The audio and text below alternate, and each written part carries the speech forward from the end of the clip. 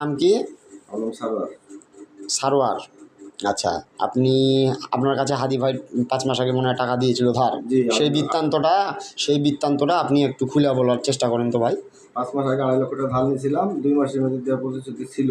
টাকা দিতে ব্যর্থ হয় আমি আজকে টাকা দিতে আপনি ব্যর্থ হয়েছিলেন।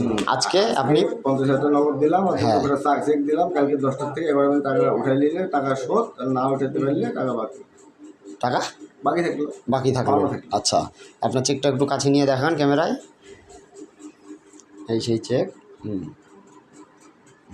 আচ্ছা, এইটা আপনার নাম্বার? জি। এটা এই ভাইয়ের নাম্বার। এই ভাইয়ের নাম্বার। কালকে 12টা পর্যন্ত টাইম। এই 12টার মধ্যে এই ব্যাংকের অ্যাকাউন্টে চেক টাকা পাওয়া গেলে হাদি ভাইয়ের টাকা শোধ হবে। আপনি আসল মালিককে তা দেন।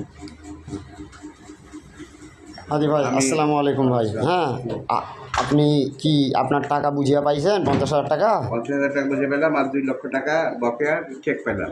চেক পাইলেন? ওই চেকটা কালকে যদি 11টা সর্বোচ্চ 12টার মধ্যে না যদি মানে টাকা পাওয়া যায় ওই ব্যাংকের অ্যাকাউন্টে, তাইলে ওই টাকা বকেয়া থাকবে এবং ওই চেক আর গ্রহণযোগ্যতা পাবে না। হ্যাঁ, কি ভাই, ওই চেক আর গ্রহণযোগ্যতা পাবে না? 12টার মধ্যে ব্যাংকে যে সে যদি টাকা না পায় ওই চেক আর গ্রহণযোগ্যতা পাবে না। আপনার কাছে 2 লাখ টাকা পাবে সে। আপনার কাছে কি পাবে? 2 লক্ষ টাকা। কে পাবে? হাদি ভাই। হ্যাঁ, ভাই আমার